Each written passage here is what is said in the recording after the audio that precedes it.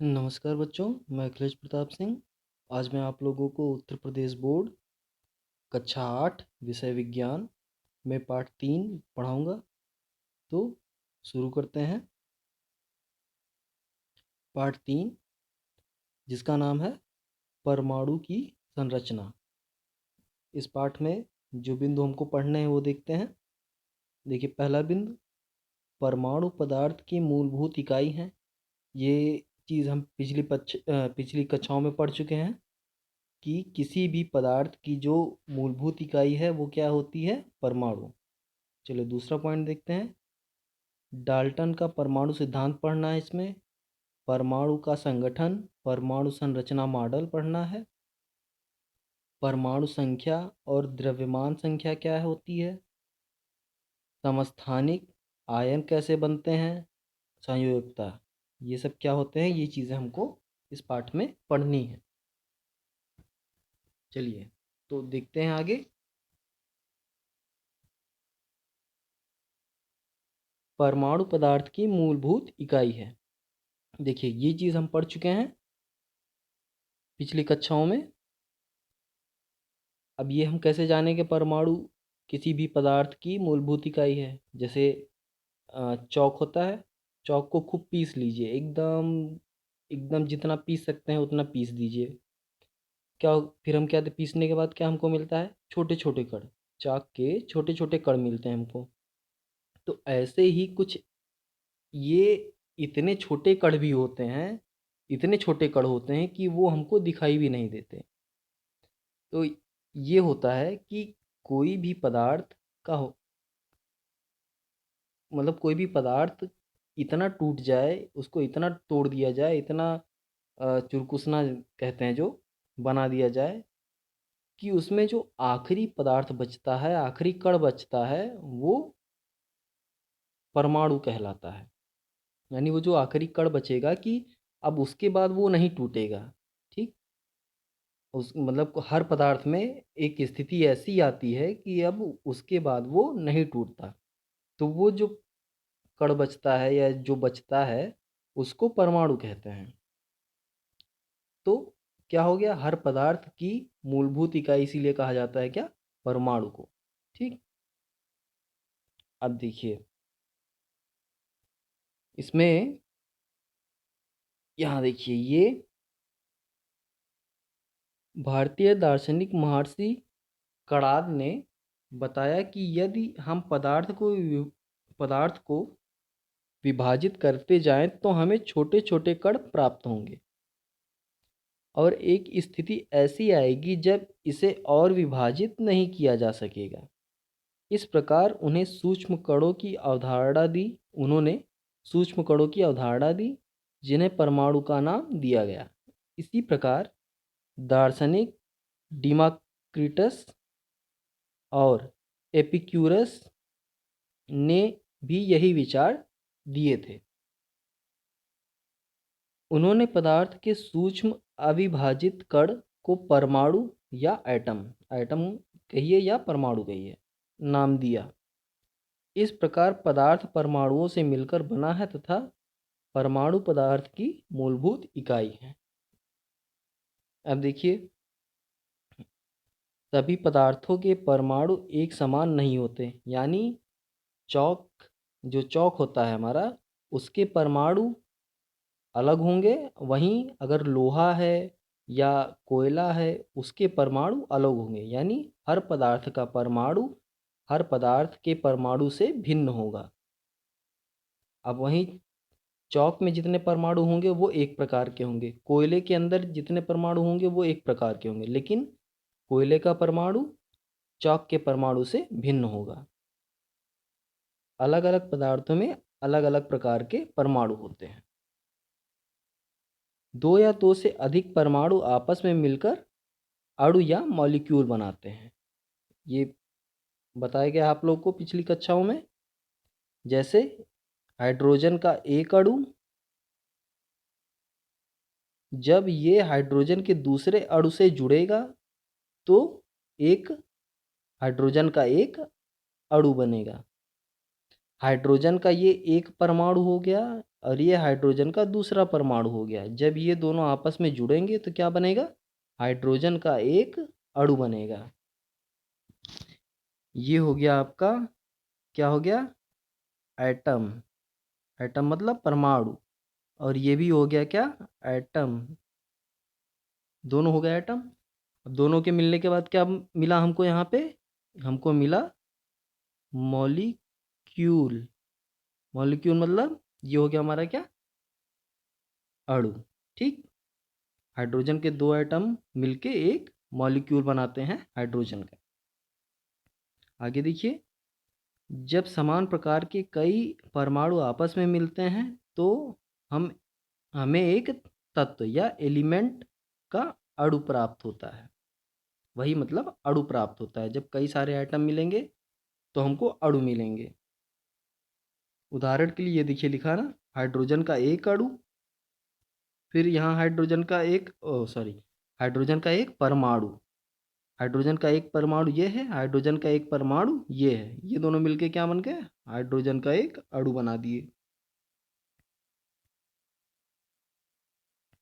ऐसे ही अगर जब असमान प्रकार के परमाणु आपस में मिलते हैं तो हमें एक यौगिक का अणु प्राप्त होता है। यौगिक क्या होता है? यौगिक दो अलग अलग पदार्थ जब एक निश्चित मात्रा में मिलाए जाते हैं तो वो यौगिक का निर्माण करते हैं। ठीक।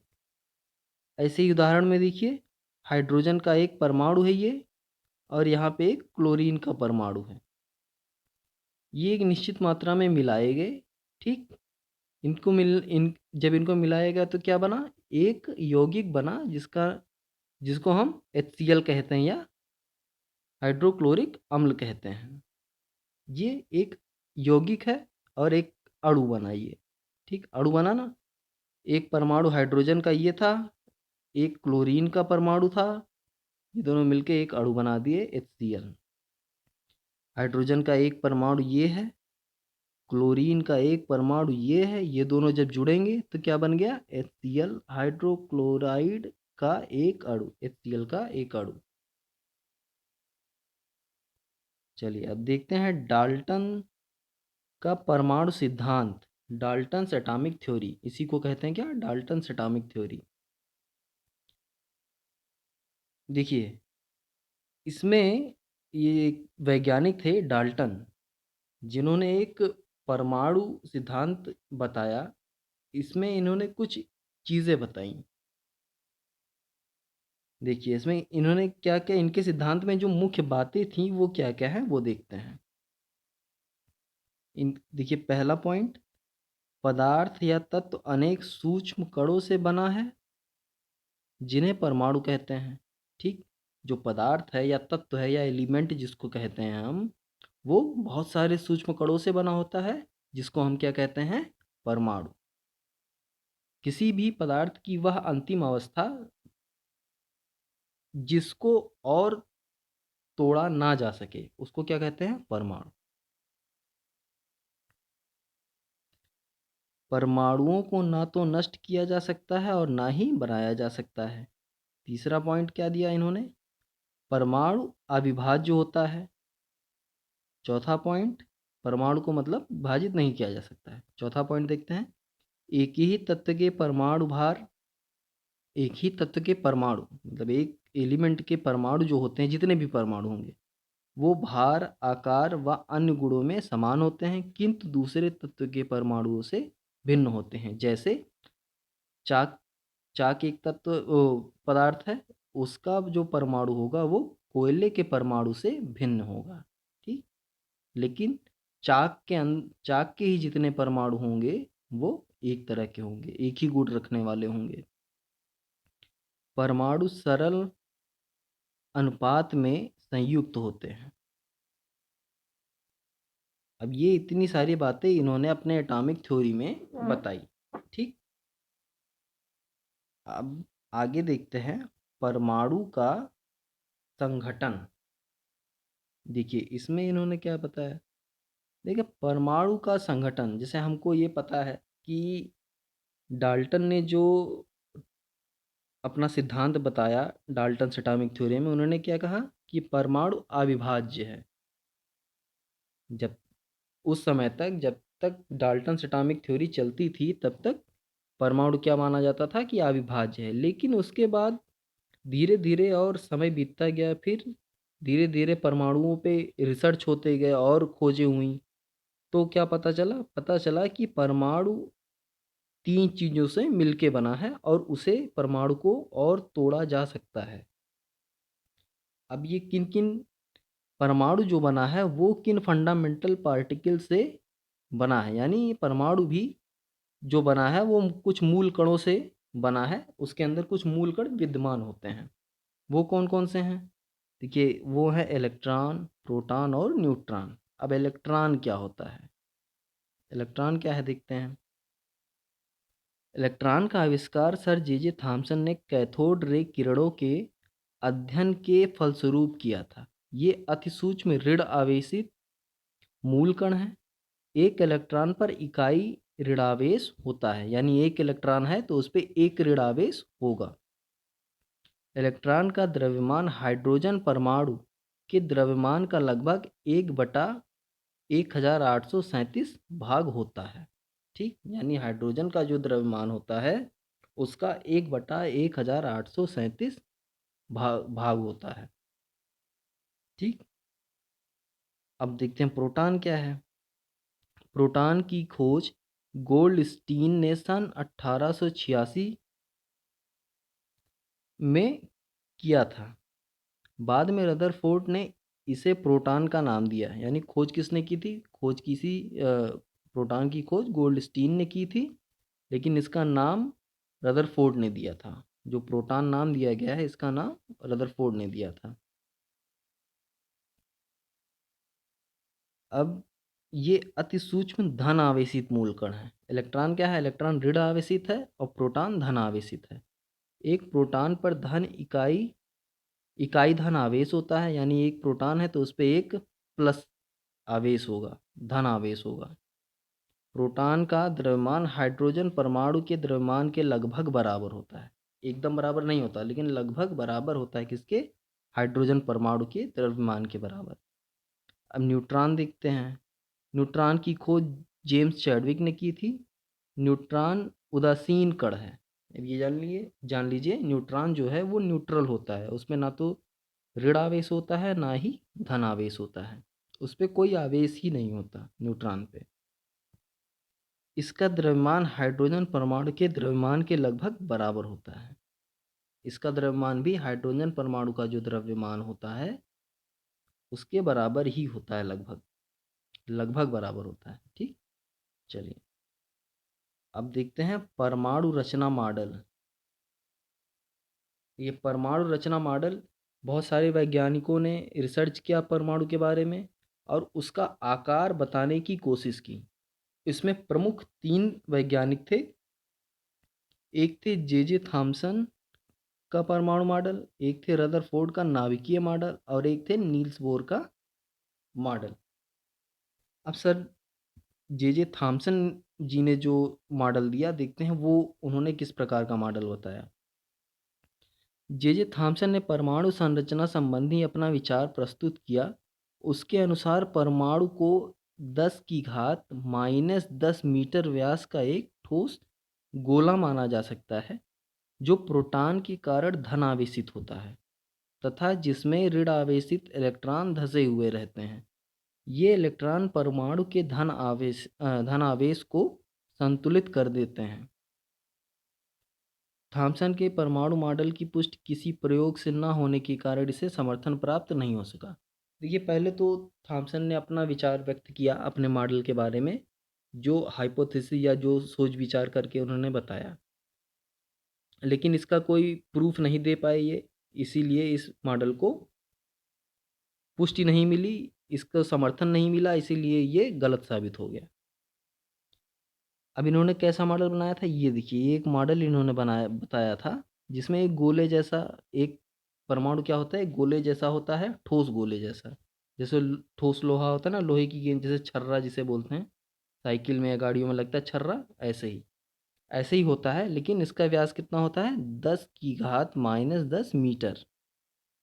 उसके अंदर धनावेश होते हैं, ये देखिए यहाँ सब पे धनावेश दिया ना, ये सब धनावेश दिए हैं यहाँ पे, ये सब धनावेश होते हैं। धनावेश होने के कारण धनावेशित होता है ये, और इसी में जो इलेक्ट्रॉन होते हैं ये धसे होते हैं, ऐसे जैसे होता है ना किसी गोले में कील धसा दी जाए, वैसे ही कहा इन्होंने कि इलेक्ट्रॉन धसे हुए होते हैं। तो इस प्रकार का एक गोला इन्होंने बताया, लेकिन इसको और वैज्ञानिकों की सहमति नहीं मिली, इसीलिए इसको सही नहीं माना गया। अब इसके बाद फिर रदरफोर्ड ने अपना एक मॉडल प्रस्तुत किया। रदरफोर्ड एक वैज्ञानिक थे, उन्होंने अपना नाभिकीय मॉडल दिया। इन्होंने ये ब्रिटेन के भौतिक वैज्ञानिक थे। इन्होंने अल्फा प्रकीर्णन प्रयोग कर अपना नाभिकीय मॉडल प्रस्तुत किया। रदरफोर्ड ने इस प्रयोग में सोने की पतली पन्नी ली, जिसकी मोटाई कितनी थी 0.0004 सेंटीमीटर। ये सोने की जो पन्नी थी, चद्दर थी, इतनी पतली थी। इस पर इन्होंने अल्फा पार्टिकल की बमबारी की। बमबारी के मतलब जैसे एक लेज़र लाइट होती है ना, हम लोग लेज़र लाइट देखते हैं कि लेज़र लाइट जब जलाते हैं तो लाल लाल रोशनी बहुत दूर तक जाती है। तो ऐसे ही इन्होंने एक व्यवस्था बनाई थी जिससे जो उससे जो रोशनी निकलती थी, वो किरण निकलती थी, वो अल्फा पार्टिकल किरणें निकलती थी उसमें से। उसी तरह का उन्होंने एक मशीन बनाया और उसके सामने सोने की जो चद्दर थी उसी को रख दिया, उसी पे वो किरण, वो रोशनी उस पे चद्दर पे मार रहे थे। ठीक। अब इसके बाद हुआ क्या, जब अल्फा कण सोने की पतली पन्नी से टकराते हैं तो उन्होंने देखा, क्या देखा, देखिए पहला पॉइंट, अधिकांश अल्फा कण पन्नी के आर पार सीधे चले गए। जैसे ये देखिए, ये पन्नी के आर पार सीधे जा रहा है ना, ये देखिए सीधे, ये भी चला गया सीधे। तो ये आर पार सीधे चले गए, अर्थात उन पे कोई प्रभाव नहीं पड़ा। दूसरा उन्होंने देखा, कुछ कण अपने पथ से विचलित हो गए। पथ से विचलित मतलब ये देखिए, ये लाइन जा रही थी लेकिन फिर ये तिरछी हो गई, ये यहाँ चली आई। ऐसे ये देखिए यहाँ पे जा रही थी, फिर ये तिरछी होके यहाँ चली आई। तो ये, इसका पथ तो सीधा था लेकिन ये अपनी जगह से, अपने जो इसका सीधी रेखा थी उससे टेढ़ी हो गई, विचलित हो गई। अगला, बहुत थोड़े से कण बहुत थोड़े से कण ऐसे भी थे जो पन्नी से टकराकर उसी मार्ग से वापस आ गए। अब ये देखिए, ये ऐसे गया और ऐसे वापस आ गया। ठीक, ये वहीं से वापस आ गया। अब इन्होंने जो ये प्रयोग किया उससे निष्कर्ष क्या निकला, ये देखते हैं। देखिए, इससे जो निष्कर्ष निकला उसको देखते हैं। पहला, परमाणु का संपूर्ण धन आवेश या प्रोटॉन जिसको कहते हैं, क्योंकि प्रोटॉन धन आवेशित होता है। ठीक। तो परमाणु का संपूर्ण धन आवेश केंद्र में उपस्थित होता है, जिसे न्यूक्लियस या नाभिक कहते हैं। यानी इन्होंने कहा, इससे एक निष्कर्ष ये निकला कि परमाणु में जो धन आवेश होता है या धन आवेशित आवेशित जो प्रोटॉन होते हैं वो कहाँ स्थित होते हैं, वो नाभिक में स्थित होते हैं। किसके? परमाणु के। इस नाभिक का आयतन परमाणु की तुलना में बहुत कम होता है। अगला, परमाणु का नाभिक ऋण आवेशित इलेक्ट्रॉनों से घिरा रहता है। यानी जो परमाणु का नाभिक होता है वो किससे घिरा होता है, उसके चारों तरफ क्या होते हैं, इलेक्ट्रॉन मौजूद होते हैं। और इलेक्ट्रॉन पे कौन सा चार्ज होता है, कैसा आवेश होता है, चार्ज मतलब आवेश, तो कैसा आवेश होता है, ऋण आवेश। तीसरा बिंदु, प्रयोग में अधिकांश अल्फा कण पन्नी के आर पार सीधे चले गए, क्योंकि परमाणु का अधिकांश भाग खोखला होता है। इससे एक निष्कर्ष और निकला, क्या, कि जैसे इसके ऊपर जे थॉमसन जी ने ये जो मॉडल इसमें दिया गया था जे थॉमसन जी का, इसमें इन्होंने कहा था क्या, कि व्यास का ठोस गोला होता है। तो इससे ये क्या पता चला, रदरफोर्ड जी ने जब इस पे प्रयोग किया तो इनको पता चला कि ये ठोस गोला नहीं होता, ये परमाणु जो है वो क्या होता है, खोखला होता है। ठीक। तभी वो जो किरण है वो आर पार सीधे सीधे चली गई। अगला पॉइंट देखते हैं। कुछ अल्फा कण जो नाभिक के पास से गुजरे वे अपने पथ से विचलित हो गए, क्योंकि नाभिक और अल्फा कण दोनों पर समान आवेश होता है। अब अल्फा कण क्या होता है? अल्फा कण पे जो आवेश होता है वो क्या होता है? धन आवेश। ठीक। और नाभिक में प्रोटॉन मौजूद होता है। प्रोटॉन प्रोटॉन पे हमारा कौन सा आवेश होता है? धन आवेश। तो जब धन और धन आवेश आपस में मिलते हैं तो वो क्या होते हैं? एक दूसरे को विपरीत दिशा में या कहीं और ढकेलते हैं। ठीक। तो इसी कारण कुछ किरणें जो हैं, ये देखिए इसमें दिया है ना, कुछ किरणें अपनी जगह से विचलित हो गई। ये देखिए ऐसे गया, ये विचलित हो गया, क्योंकि इस पे धन आवेश था और ये न्यूक्लियस में यहाँ पे प्रोटॉन के पास धन आवेश था, तो जब आपस में मिले तो ये विचलित हो गया, दूसरी तरफ चला गया।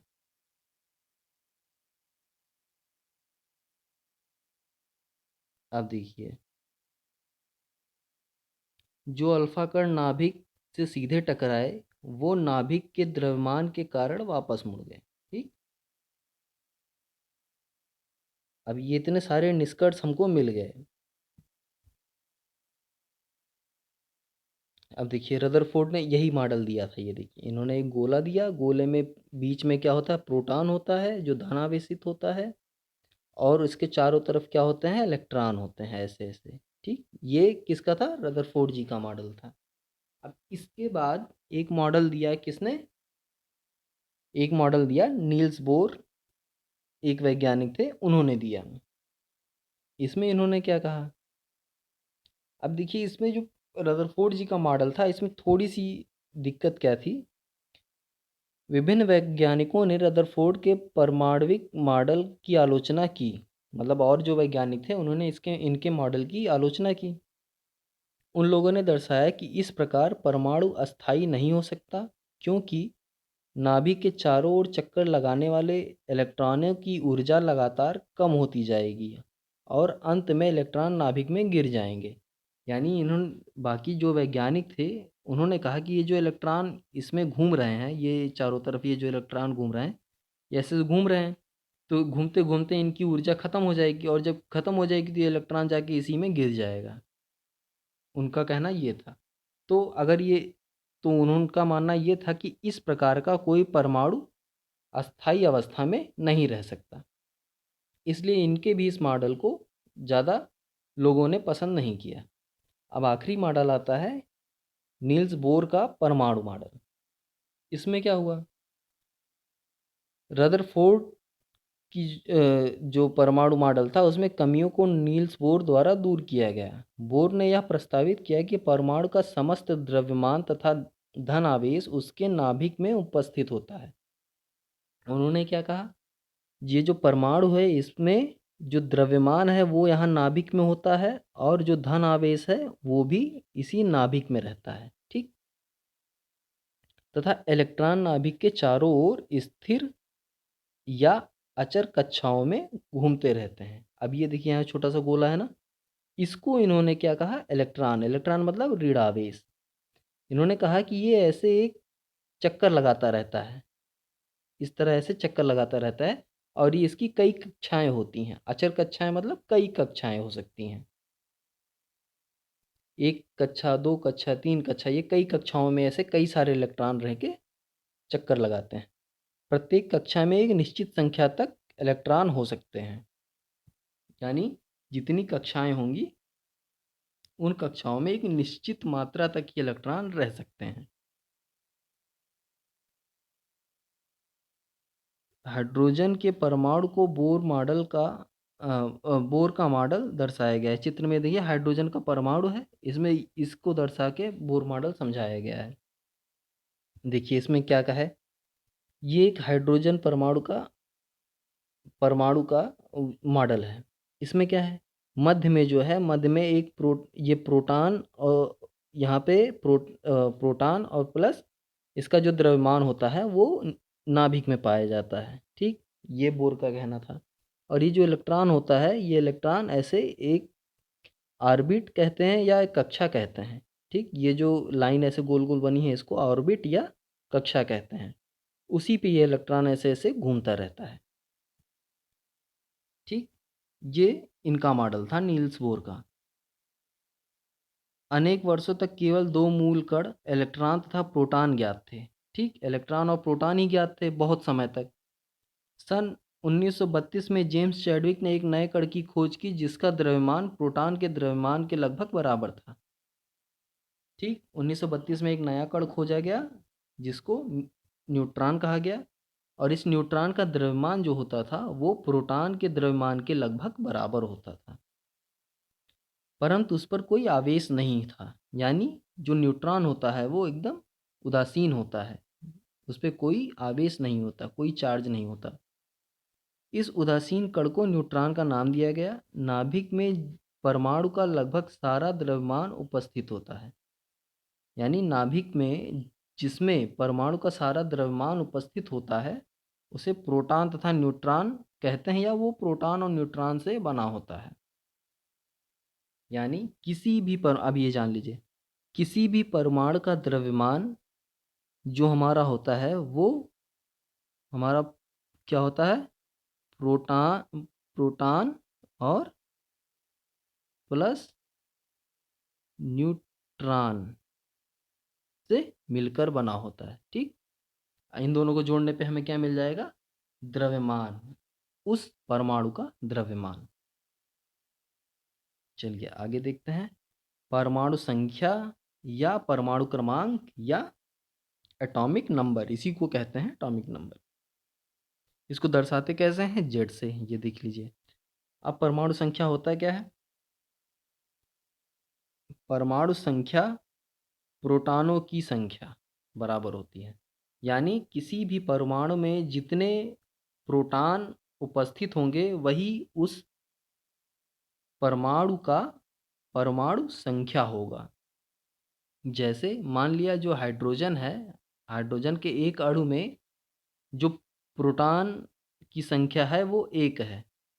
तो अगर प्रोटॉन की संख्या 1 है तो हाइड्रोजन का परमाणु क्रमांक क्या कहा जाएगा, 1। ठीक, जितने भी प्रोटॉनों की संख्या किसी भी परमाणु में उपस्थित होगी वही उस परमाणु की परमाणु संख्या कहलाएगी। अब देखिए यहाँ परमाणु क्या होता है, उदासीन। इसीलिए किसी परमाणु में जितने प्रोटॉन या धन आवेशित कण होते हैं उतने ही इलेक्ट्रॉन या ऋण आवेशित कण भी होंगे। अब ये भी एक चीज़ जान लीजिए, जितने प्रोटॉन किसी भी तत्व में या किसी भी परमाणु में, जितने प्रोटॉन किसी भी परमाणु में उपस्थित होंगे उतने ही इलेक्ट्रॉन उस परमाणु में उपस्थित होंगे। यानी प्रोटॉनों की संख्या बराबर इलेक्ट्रॉनों की संख्या। ठीक, तभी वो परमाणु उदासीन होगा। ये जान लीजिए, अगर कोई पूछता है कि परमाणु पे किस तरह का आवेश होता है तो आप कहेंगे परमाणु उदासीन होता है। क्या होता है, परमाणु उदासीन होता है। परमाणु में उपस्थित जो प्रोटॉन होता है वो धन आवेशित होता है, प्रोटॉन में उपस्थित जो इलेक्ट्रॉन होता है वो ऋणावेशित होता है, प्रोटॉन में उपस्थित जो न्यूट्रॉन होता है वो उदासीन होता है, उस पर कोई भी आवेश नहीं होता है। अब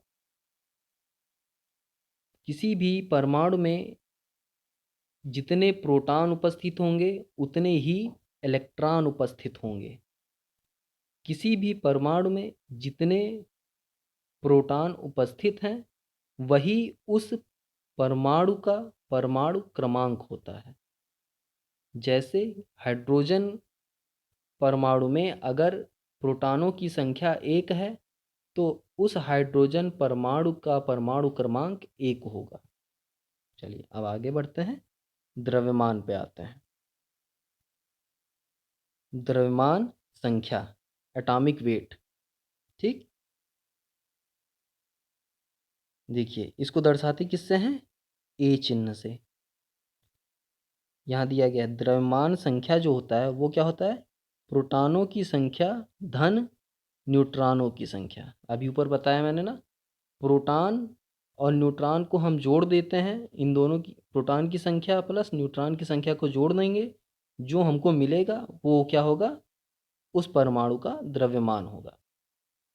जैसे मान लीजिए हाइड्रोजन परमाणु है, हाइड्रोजन परमाणु में जैसे मान लीजिए एक हाइड्रोजन परमाणु है, ठीक, इसके अंदर एक प्रोटॉन है और एक न्यूट्रॉन है, ठीक, एक प्रोटॉन और एक न्यूट्रॉन है।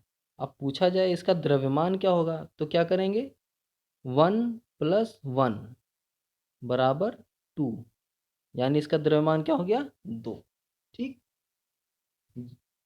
प्रोटॉनों की संख्या और न्यूट्रॉनों की संख्या को जोड़ दिया जाएगा, जो आएगा वही उस परमाणु का द्रव्यमान हो जाएगा। अब यहाँ देखिए एक तालिका दी गई है, तालिका में कुछ तत्वों के परमाणु की संख्या और उनका द्रव्यमान दिया गया है, परमाणु संख्या दिया गया है और द्रव्यमान। जैसे हाइड्रोजन का परमाणु संख्या 1 है और इसका द्रव्यमान कितना है, 1, ठीक। ऊपर हमने उदाहरण बताया था, लेकिन जो सही चीज़ है वो ये है, हाइड्रोजन का परमाणु संख्या 1 होता है और उसका द्रव्यमान 1 होता है, ठीक। हाँ, ये चीज़ ज़रूर जानिएगा कि परमाणु संख्या और द्रव्यमान हमेशा दूना नहीं होता, वो कुछ भी हो सकता है। निश्चित नहीं, ज़रूरी नहीं है कि हाइड्रोजन परमाणु संख्या 1 है तो द्रव्यमान भी 1 ही होगा, या जैसे यहाँ पे दिया हीलियम का परमाणु संख्या 2 है तो द्रव्यमान 4 होगा। ज़रूरी नहीं है कि 2 दूनी 4 कर दिया तो आ गया, नहीं। क्योंकि यहाँ देख लीजिए सोडियम का परमाणु संख्या 11 है लेकिन इसका द्रव्यमान कितना है, 23, यानी 11 दूना 22 और 1 23। अब यहाँ तो ज़्यादा हो गया, तो द्रव्यमान कुछ भी हो सकता है, ये निश्चित नहीं होता। ये तभी निश्चित हो पाएगा जब हमको एकदम सही सही पता हो कि न्यूट्रॉन कितने मौजूद हैं और प्रोटॉन कितने मौजूद हैं, ठीक, तभी पता चलेगा। अब परमाणु संख्या का मतलब प्रोटॉन तो पता चल गया कि एक है, लेकिन हमें ये नहीं पता ना कि न्यूट्रॉन कितने उपस्थित हैं। न्यूट्रॉन वहाँ मौजूद हो भी सकता है, मौजूद नहीं भी हो सकता है, या जितनी संख्या है उससे ज़्यादा भी हो सकता है, कम भी हो सकता है, ठीक, क्योंकि न्यूट्रॉन उदासीन होता है। ऐसे ही ऑक्सीजन का देखिए 8 होता है परमाणु संख्या, लेकिन इसका द्रव्यमान 16 होता है। लेड इसका 82 होता है, इसका द्रव्यमान देखिए 208 होता है। अब देखते हैं समस्थानिक क्या होता है। देखिए समस्थानिक एक उसे कहते हैं कि जो, जैसे मान लीजिए हाइड्रोजन है, अब हाइड्रोजन तो हम सबको पता है कि इसका परमाणु क्रमांक क्या होता है, 1 होता है, ठीक। लेकिन परमाणु क्रमांक या परमाणु संख्या जो होती है वो तो 1 होता है हाइड्रोजन का, लेकिन हाइड्रोजन 3 तरह के पाए जाते हैं। एक होता है प्रोटियम, ड्यूट्रियम, ट्राइटियम। प्रोटियम को H1 लिखते हैं, ड्यूट्रियम को H2 लिखते हैं और ट्राइटियम को H3 लिखते हैं। है तो सारे इनको हाइड्रोजन ही कहते हैं, लेकिन हाइड्रोजन के 3 प्रकार हो गए, क्या, प्रोटियम, ड्यूट्रियम और ट्राइटियम। अब इसमें अंतर क्या होता है ये देखिए किसी भी तत्व के वे परमाणु जिनकी परमाणु संख्या समान होती है परंतु द्रव्यमान संख्या भिन्न होती है, समस्थानिक कहलाते हैं। यानी परमाणु संख्या तो समान होगी, यानी परमाणु संख्या अगर समान है तो क्या कहना चाह रहा है, परमाणु संख्या से मतलब हो गया प्रोटॉनों की संख्या समान है, ठीक।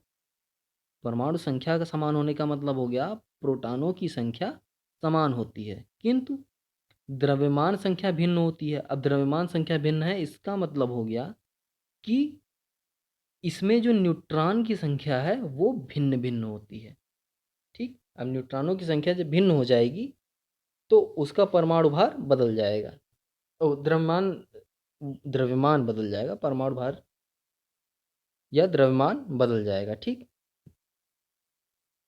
अब जैसे देखिए इसमें लिखा ना, ये 3 तरह के हाइड्रोजन हो गए, प्रोटियम, ड्यूट्रियम और ट्राइटियम। इन तीनों समस्थानिकों के नाभिक में एक प्रोटॉन होता है। देखिए प्रोटॉन एक ही होते हैं परंतु न्यूट्रॉनों की संख्या भिन्न होती है। अब देखिए नीचे तालिका दी है, इसमें क्या क्या लिखा है। H1 प्रोटियम यानी H1 में परमाणु संख्या कितनी होती है? 1। द्रव्यमान कितना हुआ? 1। प्रोटॉनों की संख्या 1 हो गई। देखिए परमाणु संख्या जितना होगा उतना ही प्रोटॉन होगा। परमाणु संख्या बराबर होता है प्रोटॉन की संख्या, ठीक। अब प्रोटॉन की संख्या अगर 1 है तो जाहिर सी बात है इलेक्ट्रॉन की संख्या भी 1 होगी, क्योंकि प्रोटॉन की संख्या बराबर इलेक्ट्रॉन की संख्या होती है, ठीक। और इसमें देखिए अब प्रोटियम में न्यूट्रॉन मौजूद ही नहीं होता, 0 न्यूट्रॉन होते हैं। लेकिन वहीं ड्यूटेरियम में देखिए H2 में परमाणु संख्या तो 1 है लेकिन द्रव्यमान 2 है। द्रव्यमान 2 कैसे हो गया? क्योंकि इसमें एक न्यूट्रॉन उपस्थित होता है। और द्रव्यमान संख्या कैसे निकालते हैं? Proton plus neutron. तो प्रोटॉन और न्यूट्रॉन जब जुड़ेंगे तो 2 हो जाएगा, तो द्रव्यमान संख्या 2 हो गई इसकी। अब यहीं ट्राइटियम देखेंगे H3 में परमाणु संख्या तो 1 ही होगा, क्यों? क्योंकि प्रोटॉन की संख्या 1 है। लेकिन द्रव्यमान अगर 3 है तो इसका मतलब न्यूट्रॉन यहाँ पे 2 अवेलेबल हैं, 2 मौजूद हैं। अब न्यूट्रॉन की संख्या अगर 2 है तो जाहिर सी बात है 2 और 1 3, न्यूट्रॉन प्लस प्रोटॉन मिलके हो गए 3, यानी द्रव्यमान संख्या 3 हो गई। अब देखते हैं आगे आयनों का बनना, आयन कैसे बनते हैं। देखिए ये हमको पता है क्या, कि जो हमारा परमाणु होता है वो उदासीन होता है, ठीक। क्यों उदासीन होता है? क्योंकि उसमें जितने प्रोटॉन मौजूद होते हैं उतने ही इलेक्ट्रॉन मौजूद होते हैं।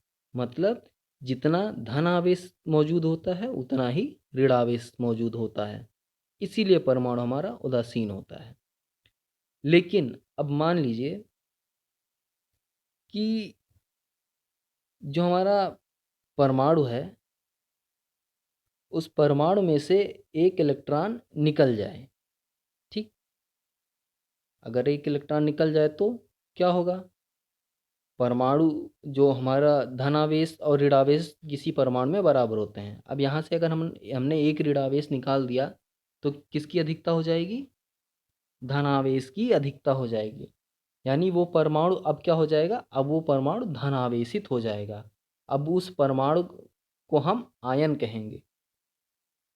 कैसा आयन कहेंगे? धन आवेशित आयन कहेंगे, ठीक। धन आवेशित आयन कहेंगे। लेकिन अगर उसी में एक इलेक्ट्रॉन और आ जाए, उसी परमाणु में एक इलेक्ट्रॉन और आ जाए तो क्या होगा? अब यहाँ पे इलेक्ट्रॉनों की संख्या ज़्यादा हो जाएगी उस परमाणु में। अब इलेक्ट्रॉनों की संख्या ज़्यादा होगी तो इसका मतलब धनावेश ऋणावेश ज़्यादा हो गए। अब ऋणावेश ज़्यादा हो गया तो क्या होगा? ये एक तरह क्या बन जाएगा? ऋण आवेशित आयन बन जाएगा, ठीक। देखिए यहाँ पे लिखा है कुछ, इसको पढ़ते हैं थोड़ा सा।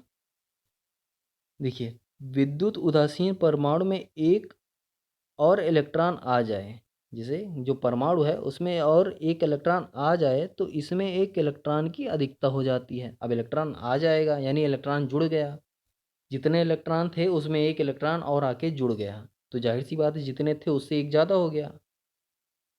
चूंकि इलेक्ट्रॉन पर ऋण आवेश होता है इसलिए ऋण आवेश की अधिकता होने के कारण परमाणु ऋण आवेशित हो जाएगा। अब एक ऋण आवेश बढ़ गया तो जाहिर सी बात है ऋण आवेश ज़्यादा हो जाएगा, तो परमाणु क्या होगा? ऋण आवेशित हो जाएगा। इसके विपरीत यदि विद्युत उदासीन परमाणु में एक इलेक्ट्रॉन निकल जाए तो इलेक्ट्रॉन की संख्या एक कम हो जाएगी और परमाणु में प्रोटॉन यानी धन आवेश की संख्या इलेक्ट्रॉन की संख्या से ज़्यादा हो जाएगी, अर्थात परमाणु जो है हमारा वो धन आवेशित हो जाएगा। क्योंकि इलेक्ट्रॉन निकल गया तो इलेक्ट्रॉन कम हो गया। अब मान लीजिए किसी परमाणु में प्रोटॉनों की संख्या 10 है। अब प्रोटॉनों की संख्या 10 है तो इलेक्ट्रॉनों की संख्या भी 10 होगी। अब मान लीजिए एक इलेक्ट्रॉन निकल गया तो इलेक्ट्रॉन की संख्या कितनी हो गई? 9, और प्रोटॉन की संख्या हमारी 10 ही रह गई। तो धन आवेश, प्रोटॉन मतलब धन आवेश, तो 10 धन आवेश हो गए, और इलेक्ट्रॉन मतलब निगेटिव या ऋण आवेश, तो 9 ही ऋण आवेश बचे। तो ज़्यादा कौन है? 9 और 10 में 10 ज़्यादा है, यानी धन आवेश 10 है तो धन आवेशित आयन हो जाएगा, परमाणु हो जाएगा वो, ठीक। अतः किसी परमाणु में इलेक्ट्रॉन के निकलने या जुड़ने से आवेशित धनावेश या ऋणावेशित कण प्राप्त होता है, जिसे आयन कहते हैं। ठीक, आयन ऐसे ही प्राप्त होता है। चलिए अब आगे देखते हैं। यहाँ देखिए दिया गया है ना, उदाहरण में सोडियम का उदाहरण लिया गया है। सोडियम के कितना होता है? सोडियम में परमाणु में जो प्रोटॉनों की संख्या होती है वो 11 होती है और इलेक्ट्रॉनों की संख्या भी 11 होती है। क्यों? क्योंकि इसका एटॉमिक नंबर 11 होता है। अब देखिए इसमें क्या है, बीच में न्यूट्रॉन है, फिर 2 इलेक्ट्रॉन यहाँ आ गए, फिर 1 2 3 4 5 6 7 8 ये इलेक्ट्रॉन आ गए। ठीक, उसके बाद एक इलेक्ट्रॉन ये बच गया, 2 8 10 और एक 11। अब इसमें से एक इलेक्ट्रॉन निकल गया, तो एक इलेक्ट्रॉन निकल गया तो बीच में तो हमारे जो प्रोटॉनों की संख्या हुई वो तो 11 ही रह गई। इलेक्ट्रॉन हमारे 10 हो गए, तो ये क्या हो गया, ये कैसा आयन, ये धन आवेशित आयन हो गया। ठीक, ये धन आवेशित हो गया। वहीं अब क्लोरीन में देखेंगे तो यहाँ पे एक इलेक्ट्रॉन बढ़ गया, तो ये कैसा हो गया, ऋणावेशित आयन हो गया। ठीक, क्योंकि यहाँ पे इलेक्ट्रॉनों की संख्या ज़्यादा हो गई और यहाँ पे इलेक्ट्रॉन एक निकल गया तो इलेक्ट्रॉन की संख्या कम हो गई, तो इसको क्या कहेंगे, आयन, इसी को आयन कहते हैं। अब देखते हैं संयोजकता। देखिए संयोजकता क्या है, संयोजकता में जो मुख्य जिसको आधार बना के हम ये जानते हैं कि किसी भी परमाणु की संयोजकता कितनी है, उस तत्व को हम हाइड्रोजन कहते हैं। हाइड्रोजन को ही हम आधार मानते हैं। ठीक, अब जैसे मान लीजिए हमारे पास एक यौगिक है या तत्व है, जो भी कह लीजिए, यौगिक या तत्व, HCl। HCl मतलब ये किससे किससे मिलके बना है, एक तो H है और दूसरा है क्या, Cl। दो चीज़ से मिलकर बना है। अब यहाँ पूछा जाए कि जो Cl है, ये जो Cl है, Cl कितने हाइड्रोजन से जुड़ सकता है? तो Cl जो यौगिक है वो एक हाइड्रोजन से जुड़ सकता है, यानी Cl की जो संयोजकता है वो कितनी है, एक, क्योंकि एक हाइड्रोजन से जुड़ सकता है ये। HCl का एक अणु, या हाँ, HCl के एक अणु में जो Cl है वो हाइड्रोजन के एक परमाणु से जुड़ सकता है। तो इसमें हम कहेंगे Cl की संयोजकता एक है, क्योंकि वह हाइड्रोजन के एक परमाणु से संयोग करती है। ठीक, अब यहाँ देखिए, किसी भी तत्व की संयोजकता वह संख्या होती है जो यह दर्शाती है कि उस तत्व का एक परमाणु हाइड्रोजन के कितने परमाणुओं से संयोग करता है अथवा विस्थापित करता है। यानी या तो संयोग करे या तो विस्थापित करे। अब हाइड्रोजन के कितने परमाणुओं के साथ संयोग करता है या विस्थापित करता है, वही उस परमाणु की संयोजकता कहलाती है। जैसे अब देख लीजिए H2O का, H2O में पूछा जाए कि ऑक्सीजन की संयोजकता कितनी है।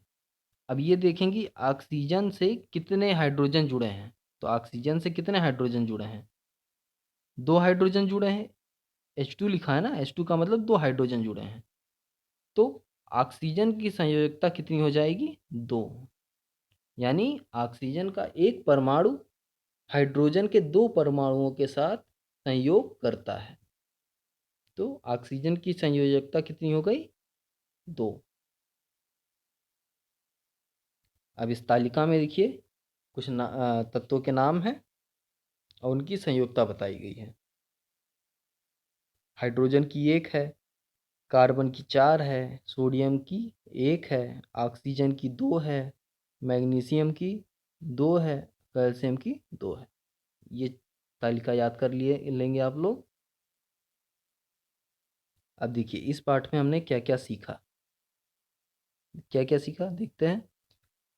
परमाणु पदार्थ की मूलभूत इकाई है। 2 या 2 से अधिक परमाणु आपस में मिलकर अणु बनाते हैं। डाल्टन के अनुसार परमाणु सूक्ष्म अविभाज्य कण होते हैं। परमाणु तीन मुख्य मूल कण हैं। इलेक्ट्रॉन, प्रोटॉन तथा न्यूट्रॉन से मिलकर बना होता है। किसी परमाणु के नाभिक में प्रोटॉन व न्यूट्रॉन होते हैं तथा इलेक्ट्रॉन नाभिक के चारों ओर चक्कर लगाते हैं। इलेक्ट्रॉन ऋण आवेशित, प्रोटॉन धन आवेशित तथा न्यूट्रॉन आवेश रहित कण हैं। किसी तत्व के परमाणु के नाभिक में उपस्थित प्रोटॉनों की संख्या उस तत्व की परमाणु संख्या होती है। मतलब जितने प्रोटॉन हैं वही उस तत्व की वही उस परमाणु की परमाणु संख्या होती है या तत्व की परमाणु संख्या होती है। किसी परमाणु में प्रोटॉन तथा इलेक्ट्रॉन की संख्या बराबर होती है। ठीक, सही है। प्रोटॉन और इलेक्ट्रॉनों की संख्या किसी परमाणु में बराबर होती है। प्रोटॉन तथा न्यूट्रॉन की संख्या का योग उस परमाणु की द्रव्यमान संख्या कहलाती है। ये क्या द्रव्यमान संख्या क्या होती है किसी परमाणु की?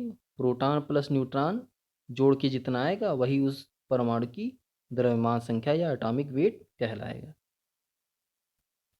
किसी परमाणु की संयोजन करने की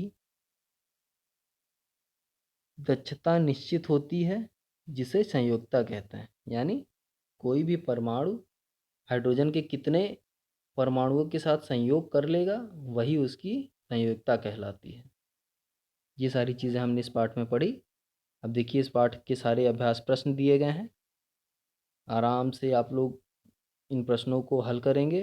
आराम से पढ़ अच्छे से पढ़िएगा और इसको हल करिएगा एक एक प्रश्न। इन प्रश्नों को हल करके जो प्रश्न नहीं आएंगे आप लोग कमेंट बॉक्स में पूछिएगा, उसका उत्तर हम ज़रूर बताएंगे। वैसे इस पाठ का जो हल है वो हम अगली किसी वीडियो में ज़रूर आप लोग को देंगे। आप लोग इसको खुद से करने की कोशिश करिएगा और जितने प्रश्न आप लोग हल कर लेते हैं उनको कॉपी में ज़रूर लिखिएगा। चलिए ये पाठ आप लोग का ख़त्म हो गया। अगला पाठ अगली वीडियो में, तब तक के लिए धन्यवाद।